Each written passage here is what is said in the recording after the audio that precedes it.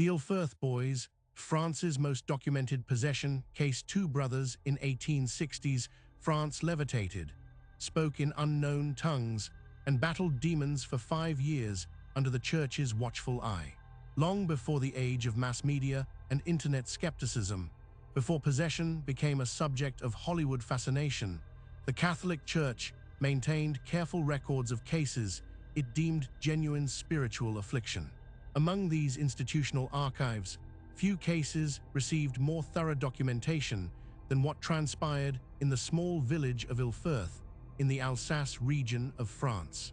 Between 1864 and 1869, two young brothers experienced phenomena that would attract the formal attention of the Bishop of Strasbourg and leave behind testimonies signed by priests, physicians, and witnesses whose accounts have survived in ecclesiastical records for more than a century and a half. The Berner family lives a quiet, unremarkable life in Illfurth. The father earns respect in the community. The mother keeps a devout Catholic household. Their sons, Thibaut and Joseph, are 8 and 6 years old respectively when the first symptoms appear in 1864. There is no warning, no precipitating event that anyone can identify. One day the boys are normal children, and the next, something incomprehensible begins to manifest. Thibaut falls into the first episode without explanation. His body becomes rigid, locked in a cataleptic state that renders him completely unresponsive to touch, voice, or stimulus. His parents call for the local physician, who examines the boy and finds no fever, no injury, no medical explanation for the paralysis. Then, just as suddenly, the rigidity breaks. Thibaut begins to convulse violently, his small body thrashing with a force that seems impossible for a child his age. His father attempts to restrain him and discovers that his son possesses strength far beyond what an 8-year-old should have. It takes multiple adults to hold the boy down, and even then, they struggle. When Thibaut speaks during these episodes, the voice that emerges is not his own. It is deep, guttural, and mocking. It speaks in Latin phrases the boy has never learned. Thibaut's family is Catholic, but the child has not received education in classical languages. Yet the words that pour from his mouth are grammatically correct Latin, spoken with fluency and spite. The voice taunts his parents, laughs at their prayers, and speaks of things no child should know. Within weeks, Joseph begins to show identical symptoms. The younger brother falls into the same cataleptic trances, exhibits the same violent convulsions, and speaks in the same unnatural voices. The family finds itself facing an affliction that has now claimed both children.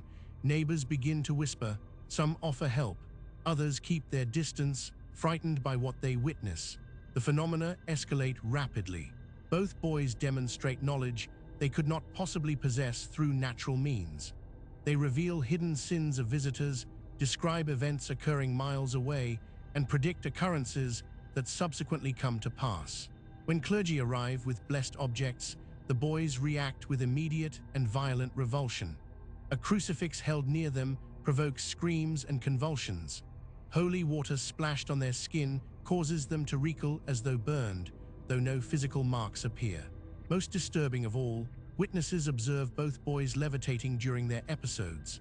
Family members, neighbors, and eventually clergy watch as the children rise from their beds and remain suspended in the air, their bodies horizontal and motionless, defying gravity in a manner that no medical science of the era can explain.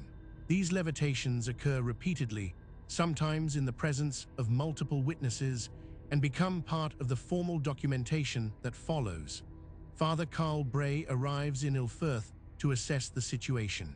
A Capuchin priest with experience in pastoral care and spiritual discernment, Father Bray conducts a careful evaluation of both boys.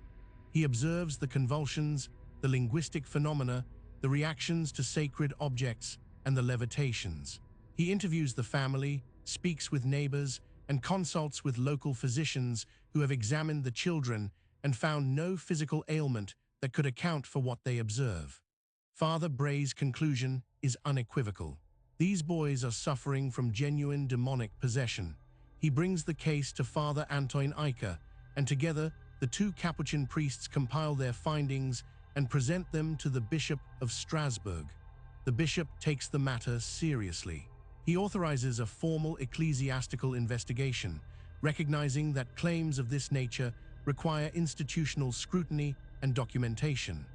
What follows is an unusually thorough process of evaluation, observation, and record-keeping that sets the Illfurth case apart from many other historical possession claims. Multiple physicians examine Thibaut and Joseph.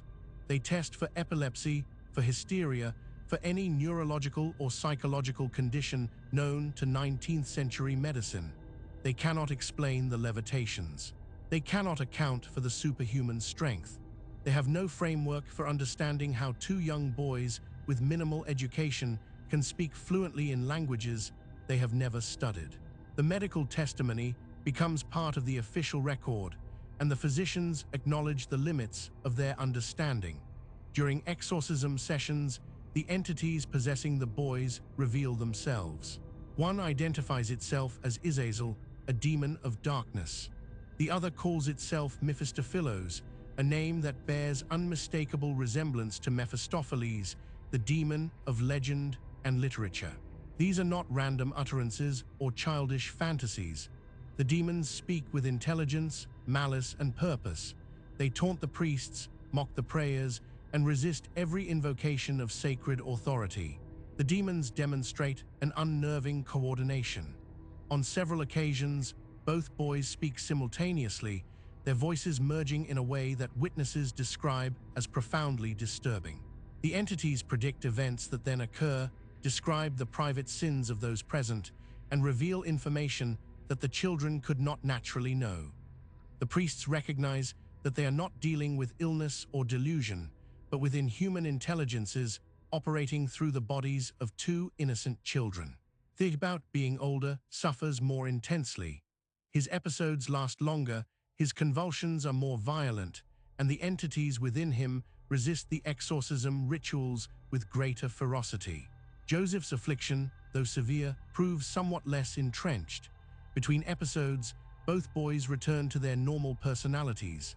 They show affection to their parents, play quietly, and demonstrate no memory of what they have said or done while possessed. This division between the possessed state and the natural personality becomes a key observation in the formal documentation. The exorcisms proceed under the authority of the Bishop of Strasbourg, conducted according to the rituals prescribed by the Catholic Church. The priests invoke the names of Christ, command the demons to depart, and apply the sacraments with precision and faith. The process is exhausting, dangerous, and prolonged. The demons do not surrender easily. Joseph is delivered first. After a series of formal exorcism sessions in 1867, his symptoms cease. The convulsions stop, the unnatural voices fall silent, and the young boy returns fully to himself. He shows no lasting physical or psychological damage from the years of affliction. He grows into a healthy young man and reportedly enters religious life, dedicating himself to the church that worked to free him. Thibaut's liberation takes longer. His exorcism continues through 1869, requiring repeated sessions and the full authority of the church's ritual. In September of that year, the final exorcism is conducted. Witnesses present describe the climactic moment. Thibaut enters a violent convulsive crisis, his body racked with spasms, his voice screaming in languages both known and unknown. Then, suddenly, the convulsions cease. The boy becomes still, his breathing normalizes, his eyes open, clear and aware, and Thibaut Berner is himself again. He remembers nothing of the preceding 5 years. He is calm, peaceful, and free. Both boys recover completely. They live quiet lives, unmarked by the horrors that consumed their childhood. The formal documentation of their case, however, lives on. The testimonies, the medical reports, and the ecclesiastical records are filed in church archives and become part of the historical record of demonic possession.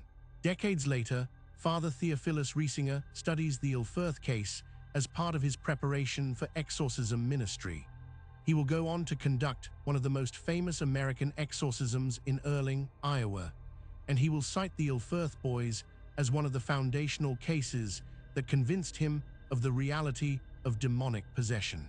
The thoroughness of the documentation, the credibility of the witnesses, and the institutional oversight involved in the case make it a compelling piece of evidence for those who believe that possession is not merely psychological or cultural, but genuinely supernatural. The case appears in Catholic journals in the late 19th century and becomes widely known among clergy engaged in exorcism ministry across Europe and America. Researchers, theologians, and church authorities reference the Illfurth boys as an example of a well-documented, institutionally validated possession case.